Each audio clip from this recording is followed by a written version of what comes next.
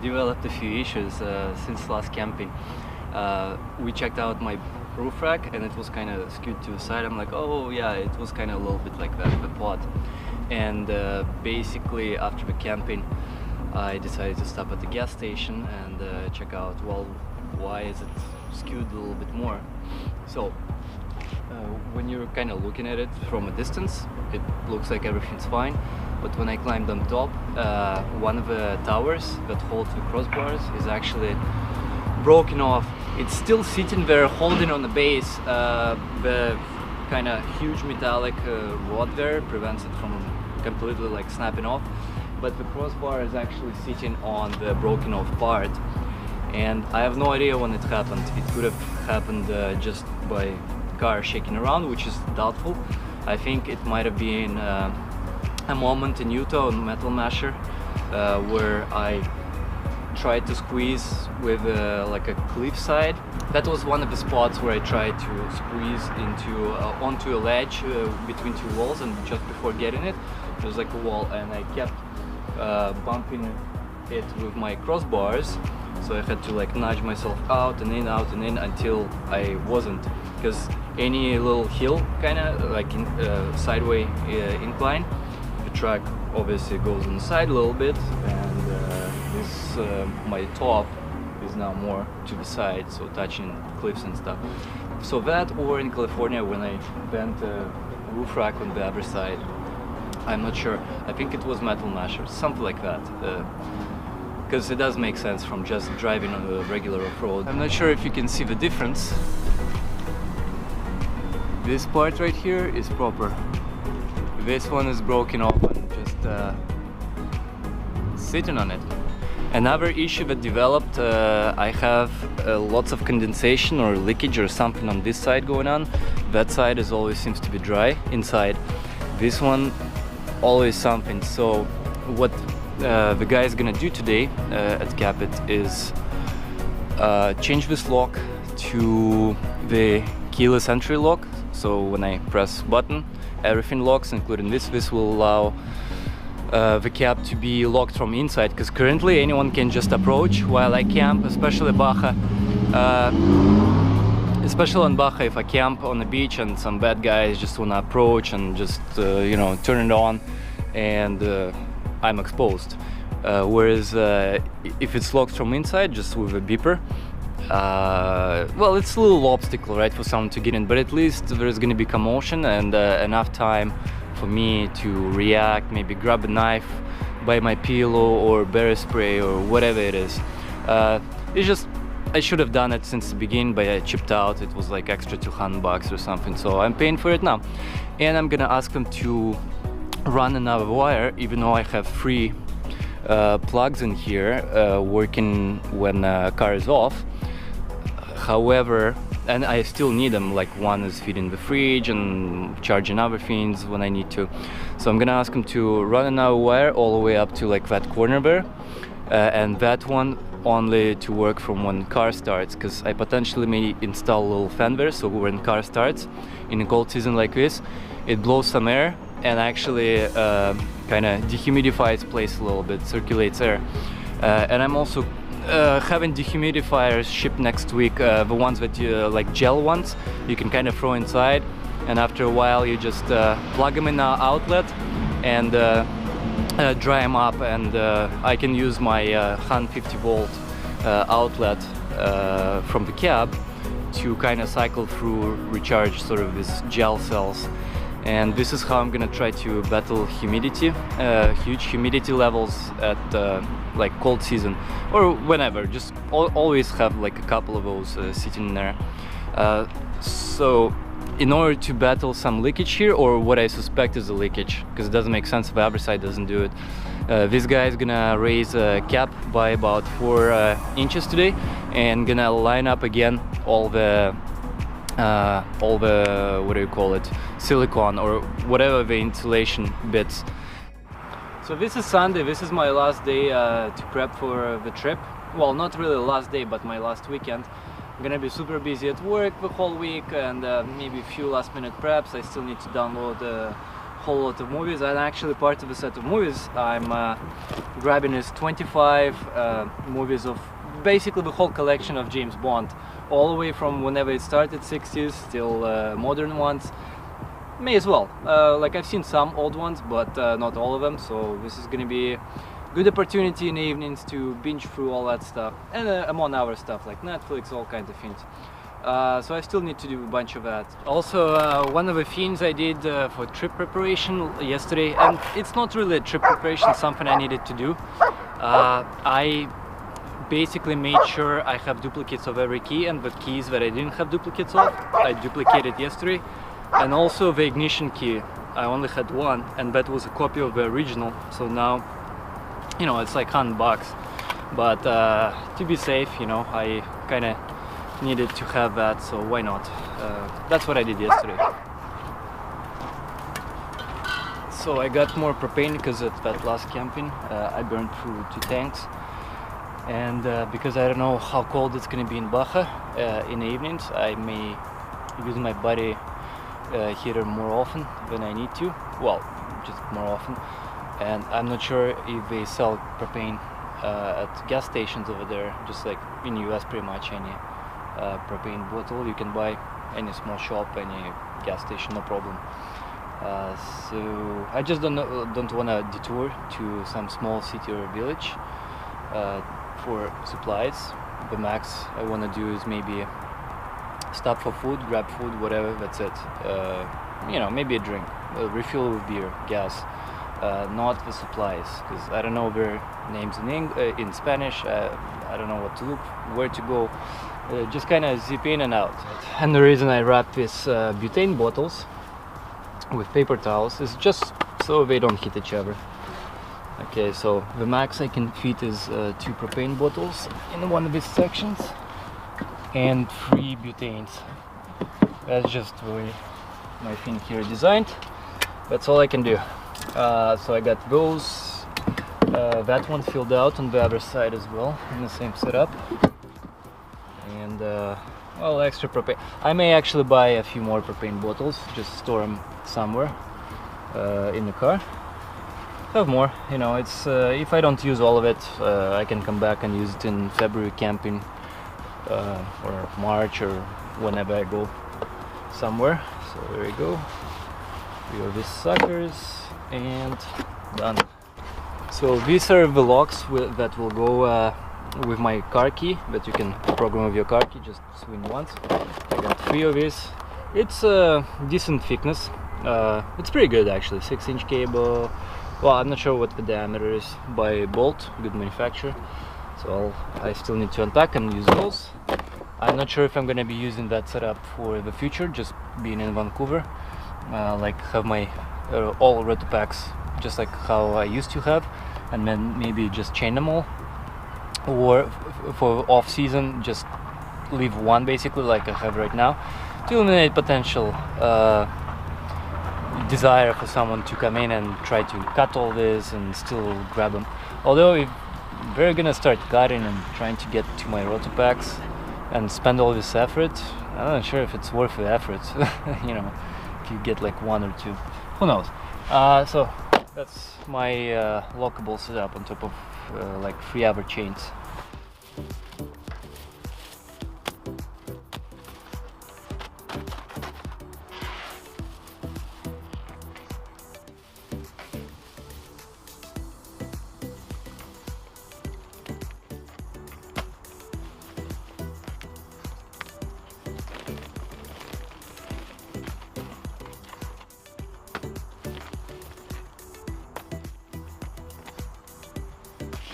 So here's some stuff that I additionally got in the past couple of days as missing part of my supplies.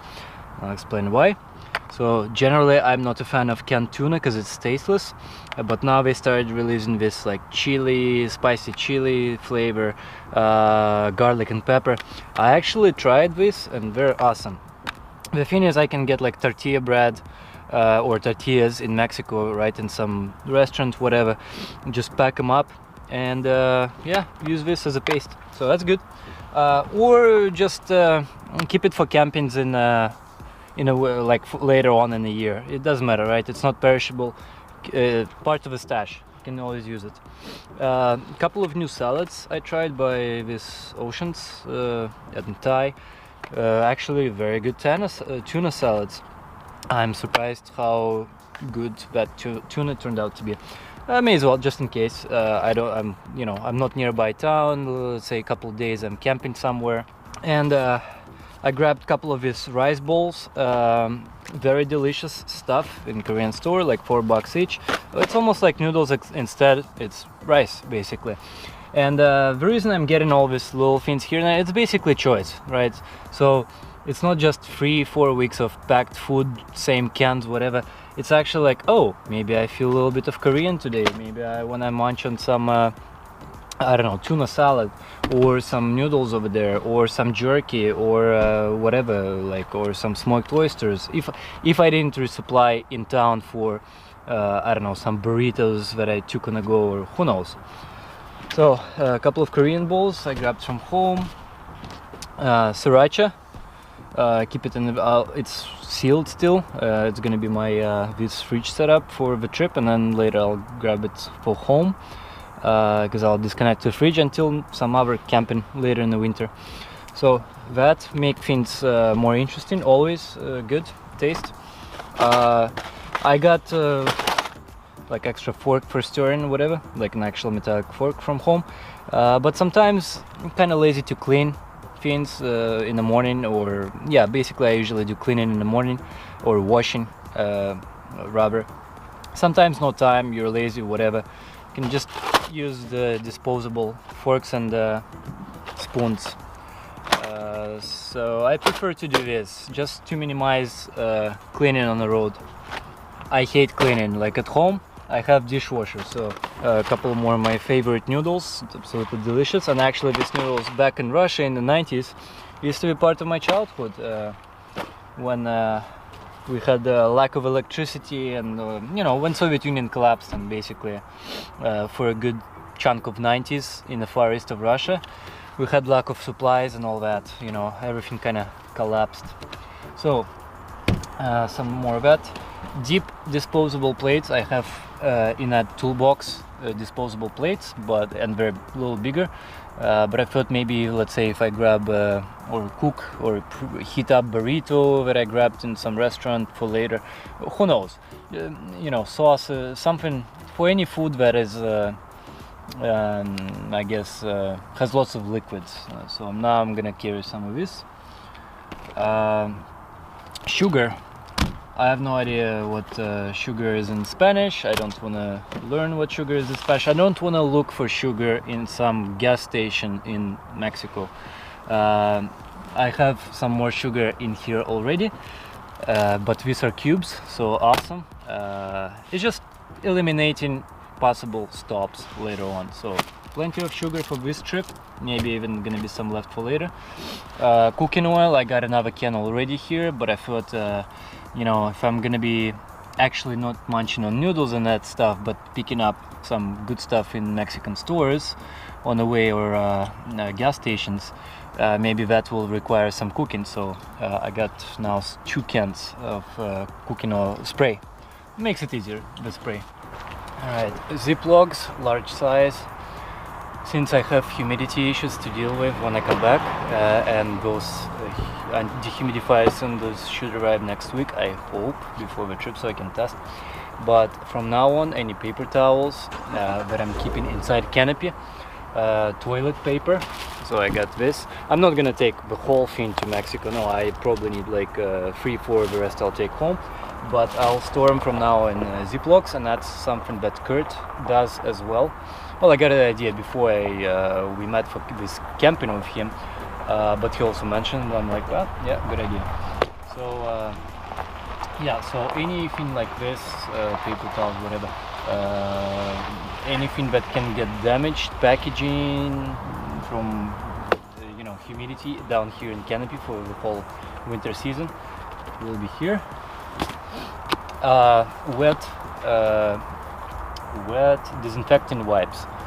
I tend to wipe dust inside my car interior with this kind of stuff, or baby wipes, wet ones. I have 2 packs in my console inside. I got 2 of these somewhere. I'm not sure. Oh, they're in that hanging bag behind the seat. I got one already over there. I got one here. Again, it's Baja. If you're not in town, just refueling. I have no idea what's at their gas stations, if they carry this kind of stuff or not. So I don't want to look for it. This stuff, deodorant, why not? Who knows when I'm gonna be taking a shower. Maybe I'll hang out on Christmas with some girls on the beach, I don't know. I got a couple of not actual bandages that I don't have, so since last trip I only got antibacterial paste and a pack of bandages, obviously, to have always in the car. Now also these guys, you know, in case you have some deep cut and you really need those bandages. And also I got this liquid bandage. It helps to clog up the blood, so any, you know, serious bleeding, you can kind of apply that and should you know, stop it in time for you not to be bleed out. So that's good. I guess I'm slowly building my first aid kit. I didn't buy it as a whole package, something from somewhere. I probably will, and this will just go into that like later, next trip or later in the year. I think I have enough of first aid stuff. Shampoo, of course, did a smaller pack, and shaving cream instead of big one that I used to have in my morning supplies. Now I have a smaller one for trips. And basically everything I'm showing here is when I come back from Baja. All of this stuff remain in the car. It's set up for forever, I guess. You know, this ends, go buy an extra one, but it's always in the car, not just this one trip. On the trip, I found that sometimes I do have a sweet tooth. Not that I generally eat a whole lot of sugar. Like my most sugar every day, it's pretty much coffee sugar, and I may go through like 2 of these a day, 3 spoons each, 4 sometimes. That's kind of my only sugar intake. I don't drink pop ever. I stopped like 10 years ago or something like that. So yeah, but I noticed, and I think it's scientifically correct also, that when you're drained of energy, right, like you sometimes body craves sugar. And I noticed, like when I was going through my divorce back in the day, I started, not through divorce, but decline of relationship, and it was coming to divorce. You know, with constant stress and all that, I started like munching chocolates and stuff in the middle of the night, something I've never used to do. And then I kind of figured and read about it. It's like, oh, okay, so I'm just kind of drained. So I'm not sure in Mexico when I'm gonna get fruits. Like, obviously, if I stop in towns, I could go to local market, just grab something for a few days, who knows, or maybe this is not gonna happen, or maybe I don't have time to look for that stuff. I don't know.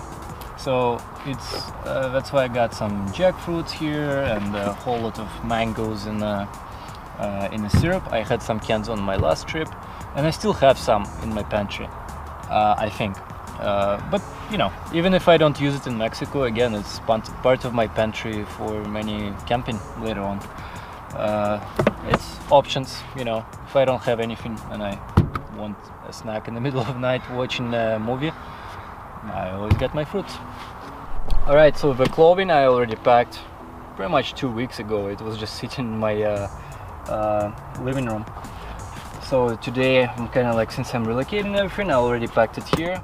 The only thing I'm missing, I think, is I'm gonna grab a couple of light jackets, just in case. You can throw it on top.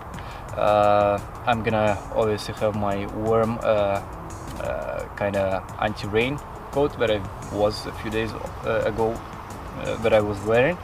That's kind of like my only winter clothing that I have, and those like boots that I keep in the car, because in Vancouver there's usually no snow here, and when it's snow, like in actual Vancouver, not in the mountains, and when it snows, it usually disappears in a couple of days, and there's no need to buy winter shoes, winter clothing, and even though I know how to ski, I don't know, I grew up like in childhood. My father used to ski all the time. He took me, so I learned.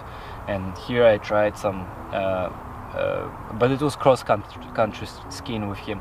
Here I tried here and there some of that mountain skiing down the slope. I mean, it's awesome when I do it. Sure, I kind of like it. I can do it. It's high speed's awesome. But I don't know, somehow I'm not attracted to skiing. Maybe because I'm not a fan of cold, period. And you know, once you get in the mountains there, it's kind of cold. Maybe things will change. I'm not sure, but that's why I don't really have winter clothing. I don't have like rain pants. I should probably get those. So since I'm not bringing a whole lot of noodles, other stuff on this trip, and I still have quite a bit in my pantry, like again, I have supplies right now already without even that shopping. Yesterday I can last without, like with food for 2-3 weeks easily right now, maybe 4 probably easily. I just thought I should have more variety of stuff. So now this space is free for, I'm gonna keep my wiper fluid here, since I didn't use it all. Why not? I got space for it now. Also on this trip, on last trip I had 2 travel cases like this. It was taking space. I didn't use up, it was 5 weeks. I didn't use up quarter of what I had even, because I was cycling almost every day through my tops and socks or whatever, except for pants and shorts. I think I cycled every like 3-4 days, something like that, except that time when I got stuck and everything was in mud. Then yeah, you kind of have to switch. So I got lots of summer clothing and like long sleeves for fall, because again, temperature's probably going to be 20-25 during the day. Very nice, but not everywhere. Maybe if I traverse to more mountainous national park I got their region, maybe I'll need long sleeves and a jacket. This time, yeah, I packed only what's needed, and plus it's only 3 weeks. I'm taking this time on a trip. This my parents gifted me a while ago. This kind of for food, unfolded, extendable food cases, and you press the button, like it seals, and then you press a button and you can seal it in, like so. I have 3 of these just in case, like let's say I do drive in some town to some little restaurant, on some enchiladas or whatever for the next few days, maybe take, I can throw it in the fridge, these couple guys, and yeah, I'm good to go basically. Currently, the way I've been traveling, like that 36-day overland, I don't require this type of stuff, but I think if I take it now, I'll have more desire to actually stop somewhere in civilization, grab something tasty and store it in the fridge. So that's a new thing for me in the setup.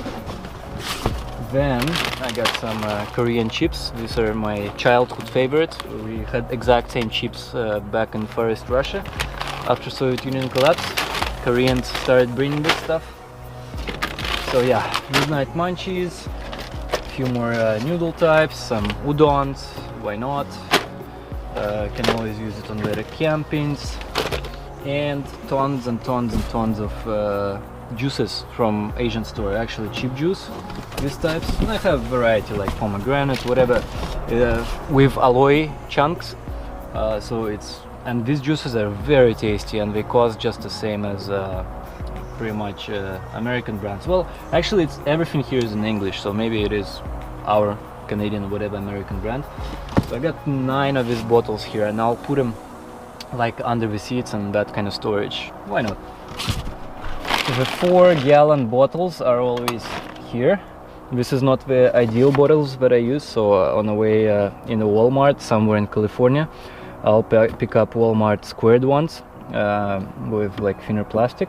And basically this is how I store, like I still have space here to fit in basically in the middle of third one. So each one is 1 gallon, so I have pretty much, I can squeeze 3 gallons here, 3 gallons the other seat.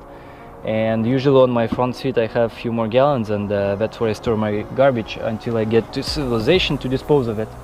And I think what I'm gonna grab also is a blanket from my home, because they did say don't leave valuable, like say I park in town and I decide to go and, munch in a restaurant or something, living in the car alone. If there's a cell signal in town, I'll know if someone breaks in right away on my cell phone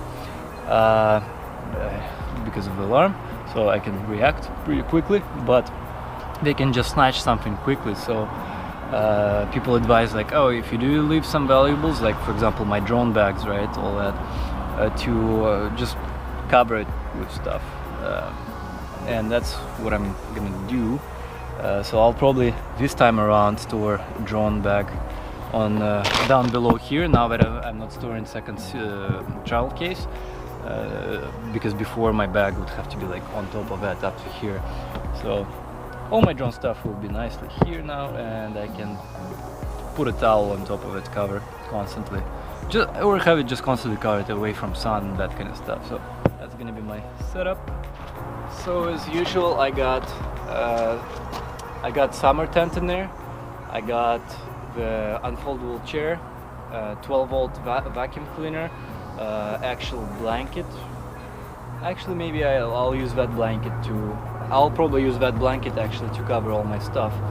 So there is gonna be propane stove over there. There's a bunch of miscellaneous supplies like paper towels, these kind of things. I will probably put my foldable chair, table in there. It's in storage right now. Then also I got my fishing rod, my fishing gear.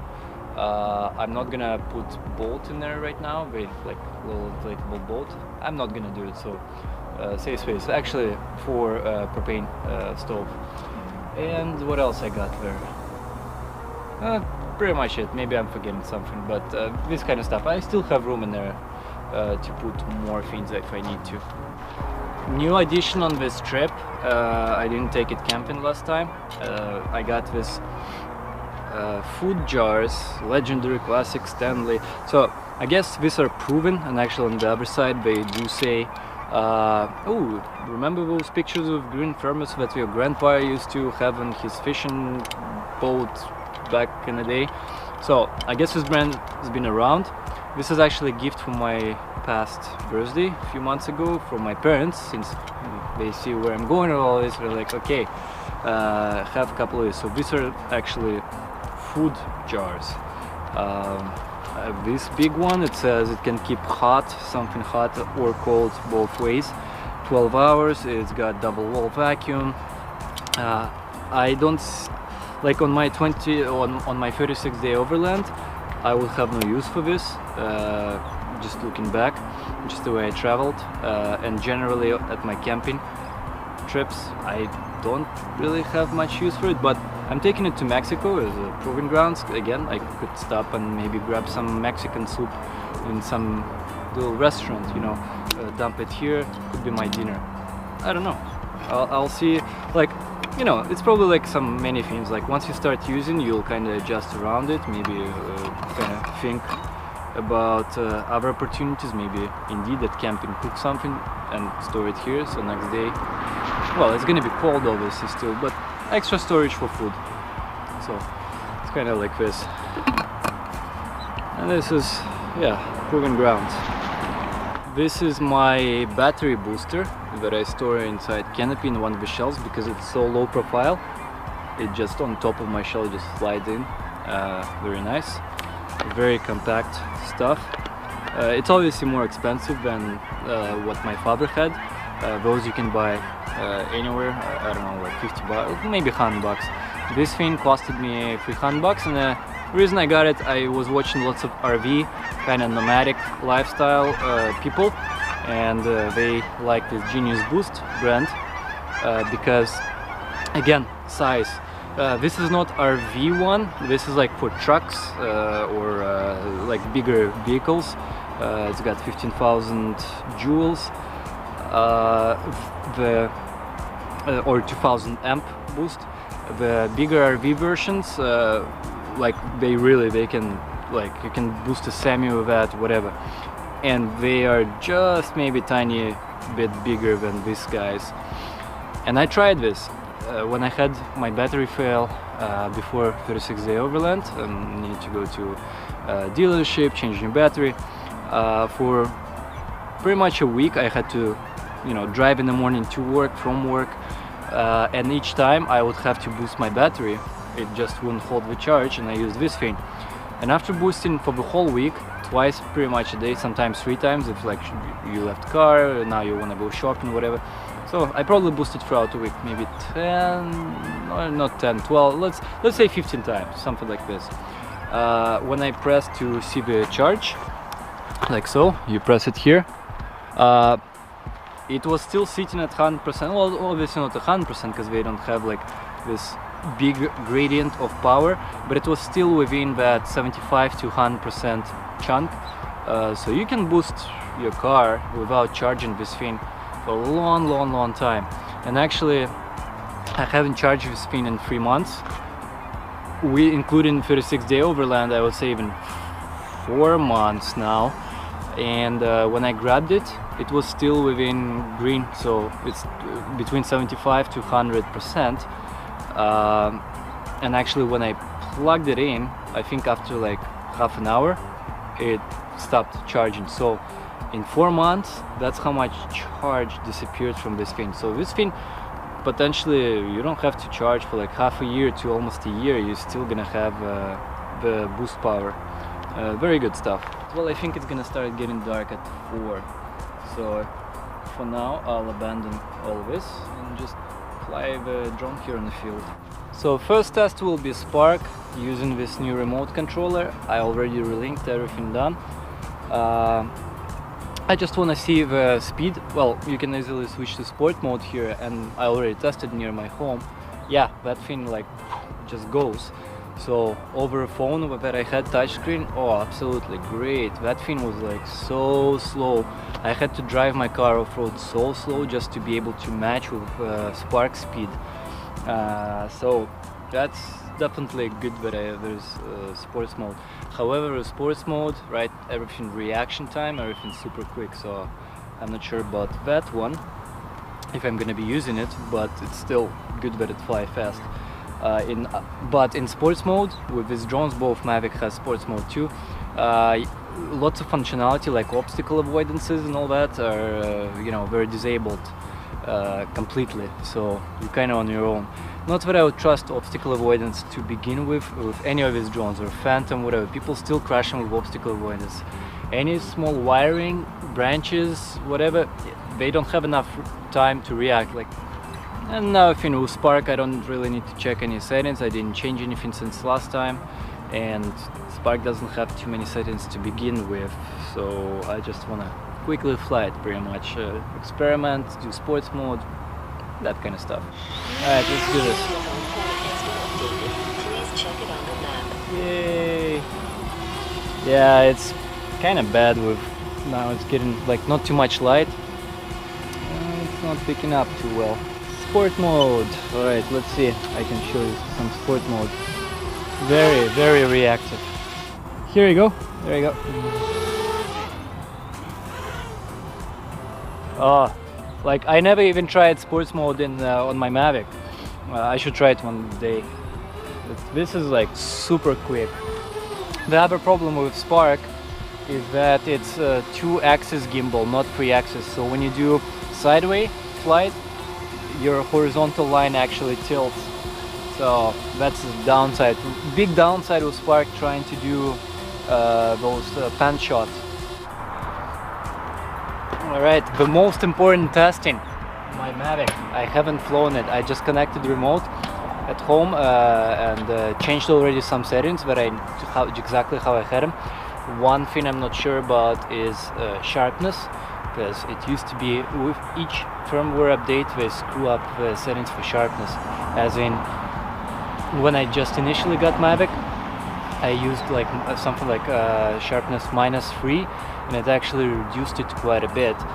And then there was another update just before 36-day overland that I did, and apparently with that update, later I read, they made it so, not made it, maybe it's a mistake, but you go in a minus, reducing sharpness, it actually increases sharpness, so you almost have to be like +1 positive, I think, for the least amount of sharpness. That's why all my videos on Mavic that I did in the first 10 days before gimbal failed, very noisy, especially as soon as it was like a little darker environment. That noise added on top because of shutter speed, and yeah, it can easily ruin your whole shooting day. I salvaged it. I got this neat video now for post-processing. It does magic reducing night shots, like in my last one that I did, Laurel Lakes to Mazurka Canyon. I was showing driving at night video using my GoPro. Best possible settings for night shooting on that GoPro, but still when I looked at footage it was noisy, crazy noisy. I used this neat video plugin and it actually became watchable, so it's pretty awesome. Here's what I'm gonna do. Mwah, little buddy. I seriously missed it compared to Spark. Seriously, it's like, oh, such a big difference. And people say this is not as good as Phantom, the Mavic. So I can only imagine, well, a few added sensors and I guess better picture quality. As far as flight capabilities, they're the same pretty much. Alright, first Mavic flight since the repairs. And it's definitely bigger. I'm not used to that size anymore. Most of my trip I did shoot with Spark after all. Alright, let's take off.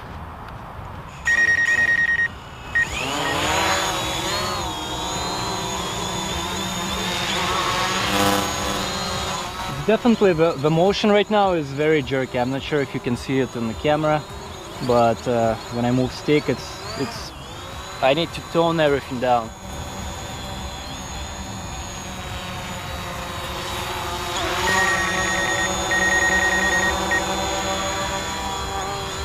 So obstacle avoidance works.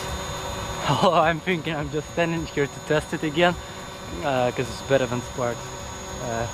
Just like, please don't cut me. Well, I'm sure if I was flying with all the way from over there with full speed, it probably wouldn't react fast enough. But I don't want to try it on myself. Neither do I want to try it on any obstacles and crash it. So let's pretend it works. But I never count on that, so just fly safe. This is my last take before I take off. I wish myself good luck. I'll visit my parents on Friday evening and my sister before I take off early morning on Saturday. That's gonna be in 5 days. And yeah, it should be fun. It will be fine. Hopefully I bump into some girls on the beach in Mexico, then I'll maybe ask them to pose next to the truck to take some cool pictures. And in a good scenario, maybe we'll hang out. We'll see. But probably not, because most of the beaches I'm gonna be at are gonna be remote. I'll probably bump into some overlanders here and there, maybe not at all. We'll see.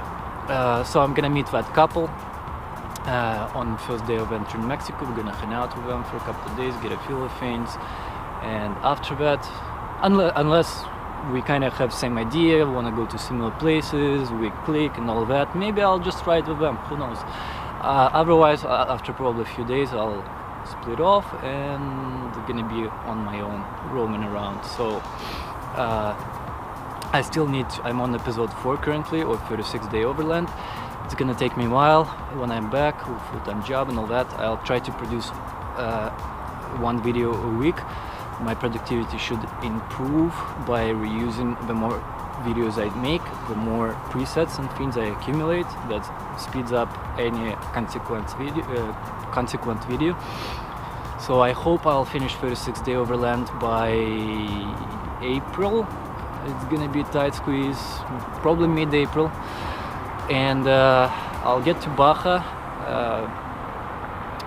sometime after that, because I really want to produce this Baja video, the whole series. However, episodes will be probably 20 or so. I basically want to go by amount of day, not just trim everything in one thing. I kind of want people to see what it's like to travel alone, and kind of the daily trail life where you ride and actually show it, you know, not just little bits and kind of all mashed together. Like, actually, okay, this is where you wake up, you do this is where you ride the trail, this is what it looks like if people want to repeat where you're going, or you know, any hurdles on the road that you deal with. I kind of want to log it day-by-day basis on these trips, and same will be with Alaskan trip next August to September. So 30 days will probably turn out to be 30 episodes. I like it this way. It's also easier for me to organize it, basically on day by day. Anyway, so see you guys soon. When I'm back, I got a whole lot of videos to produce. Hey comrades, don't forget to hit that like button and also leave a comment, and if you haven't subscribed yet, you should by hitting that subscription button and also bell notification next to it, so you can actually get my video updates both in notification in your video feed, and as well you can support this channel if you like my videos through PayPal or Patreon in the links down below or just after this video.